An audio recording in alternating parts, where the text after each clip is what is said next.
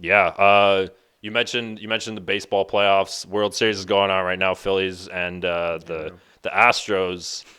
I feel like it kind of just landed on whatever night it was that the Padres seemed to be playing every time we were watching. It was always the Padres and the Dodgers and the Mets. The Padres and the Mets played each other before the Dodgers.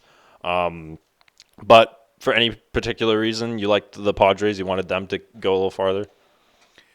Well, yeah, I think the first time the Padres caught my eye was seeing their jerseys, their the neon colors. We got the pink and the green, Yeah. some yellow in Oh, there, yeah. Those are great. and yeah, those caught my eye, and I think yeah, love at first sight with with the not the Dodgers, the Padres. The Padres. Yeah, Yeah. It's such a contrast to their team colors of like yellow and brown, and you're yeah, like, the wow. the the piss color, Yeah, you got the piss colors, and then you the got piss and like the poo, neon, like what was it? Pink. Is there was probably some yellow. green. There Yeah, was green. Those were oh those city wow, jerseys. never seen that ever. Those city jerseys. Yeah, I've never seen jerseys like that, and they kind of stand out. The fans that wear them in the stands. Yeah. Yeah. Yeah, no, I've never seen any sports team with those kind of colors. So, Yeah, just a mixture of everything. Hey. yeah. Oh man. So the NBA's been on for a couple weeks now, Hmm. and a few teams are looking really great. A few teams are not looking so great. I mean, personally, it doesn't matter to me because it's still very, very early, and all a team really needs is a nice hot win streak to get going, right? So last year, I had the Miami Heat and the Milwaukee Bucks expected to make it to the Eastern Conference Final. Who even made the Eastern Conference Final? I'm trying to think. Boston and Uh, someone else, right? Boston, who did they play? Oh yeah, Miami. That was a great They did play series. Miami? Yeah. Okay. Yeah, yeah. I don't remember. Went to game 7 and Jimmy Butler, he was doing so well, but I think it Mm. was like the last play and he just choked. That's He right. went for the 3. He should have gone for the layup to Yeah. tie it up. I It was think at home. he wanted to win the Yeah. game, but he had enough time to go for Yeah. they could have fouled him, and then it would have been a tie. But he missed a 3 point, and that was the series right there. So it was a very close. It was game 7, Yeah. or maybe it might have been game I think it was 6. game 7.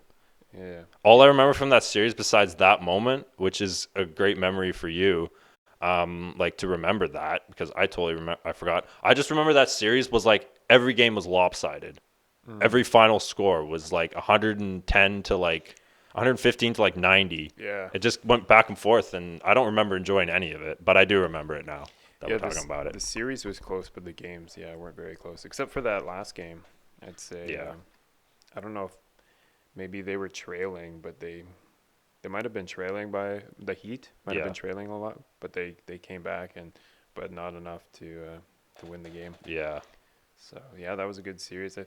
Who did they play before the semifinals for the Eastern Conference? Was Philly and the Heat, and Hmm. then it was Probably Milwaukee. yeah, yeah, it must I have don't been even Milwaukee. remember now.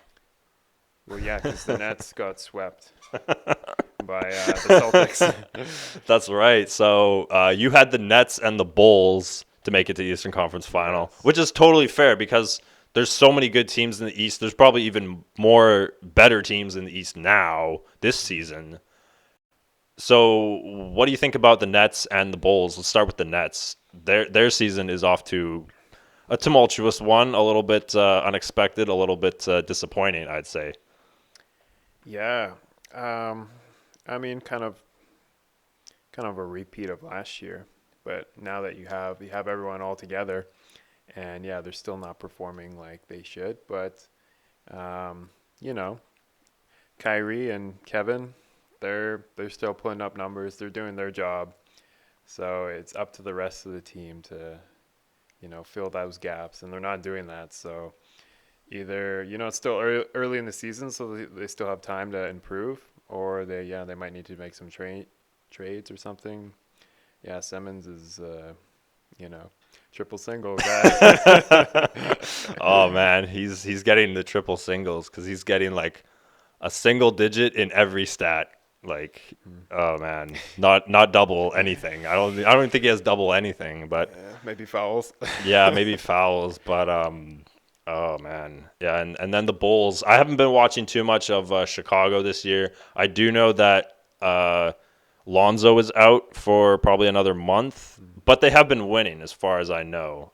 Last year, did you thought that they could go all the way, huh? Yeah, they were. Well, they were number one in the East, and yeah, they were beating out team. They were beating out the Heat and the Nets, and yeah, they might have beat the Bucks in a game, and it was like, whoa, these they weren't really losing to any of the big teams. So I think that's what was the big thing for me was they were beating good teams. They weren't just playing lesser teams. Yeah. And so yeah, but then they had a bunch of injuries, and I think that really cost them. They weren't able to recover from those injuries. No pun intended. Yeah, yeah. And DeRozan was playing like an MVP for a little while there for a Hmm. stretch. He was going off.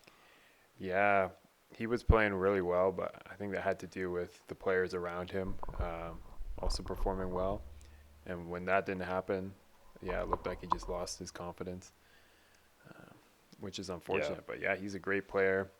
Um, yeah, Yeah, like you can try to do it all yourself, but like it's just not going to happen in basketball. I mean, hmm, unless you have consistent players around you and obviously defense as well. I would say both of those teams have a little bit of an issue with defense. Like that was the biggest criticism when the Nets got Harden last January hmm. was that the Nets could score all the points in the world that they wanted to, but they're still going to let in 120 a night. And That's probably yeah, that's a good observation. That's probably what they're facing right now is they're all offense, no defense. yeah, So. yeah, I think Simmons has been good on defense, like historically, throughout his career. But and Royce O'Neal, I think they added him from Utah because he's an excellent defender in the small forward, power forward position. But I think it's going to come down to maybe like all the other positions and, of course, consistency. So maybe you got two guys that half the time can play exceptionally well against superstars, but they're still not beating subpar teams either. And basketball, like ever since the Raptors won the championship in 2019, I would say that Canada has maybe elevated a little more of a basketball kind of just mentality, atmosphere. The energy in Vancouver was like all Raptors. They're a big deal here, just like the Blue Jays. Hmm. So for Vancouver anyway, would you say that there's like just a huge kind of like a majority of the love of sports is just Canucks based, or what do you feel like around the city and your friends too? Yeah, everyone's Canucks, Canucks, Canucks, and I don't think that's a bad thing. I'd say we have a lot of, there's a lot of bandwagoners, maybe like myself, with the Canucks, but there are a lot of loyal fans, even now. They're just maybe not as vocal about it because the Canucks are performing subpar. But yeah, it's not bad that there's a bunch of fans.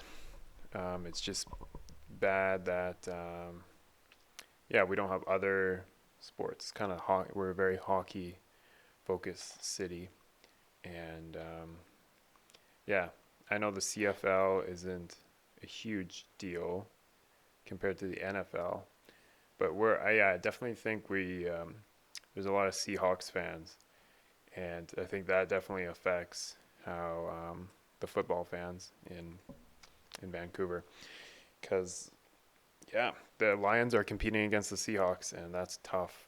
Yeah, the And fans, the yeah, football fans. but if you go to yeah Calgary or Winnipeg or Saskatchewan, they're far enough away from the NFL to be not as affected. For Vancouver, it's just a quick drive down to the Seahawks game, and The you know, quality is like a yeah, little bit different, a little bit more like there's almost like more energy at a Seahawks game than a Lions game, purely because of just the people around cheering on the sport. yeah, more of an atmosphere and yeah, the competition level. So Lions got to figure something out. I don't know what that is, but yeah, it's exciting about the. I don't know. We'll see how the Bandits do. I don't know. I feel like when I went there to that game, there was a lot of good energy. So it'd be cool to see what happens with the CEBL. Maybe Hmm. that'll take a rise because yeah, like what you said, people definitely came around the Raptors during 2019, and I think that helped basketball.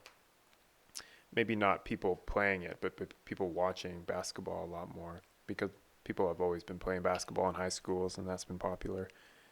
Um, so yeah, we'll see about the CEBL. It's exciting. Yeah, the Fraser Valley Bandits now uh, the Vancouver Bandits change their name, maybe change a little bit of the fan base, locations, Get another team in the get another a team in rivalry. Vancouver. They don't Yeah, really have a rivalry, or get a team in Victoria or yeah, Kelowna or another. Yeah, Vancouver could have two teams possibly. I don't know. yeah, that'd be fun. Hmm. That'd be cool to see. All right.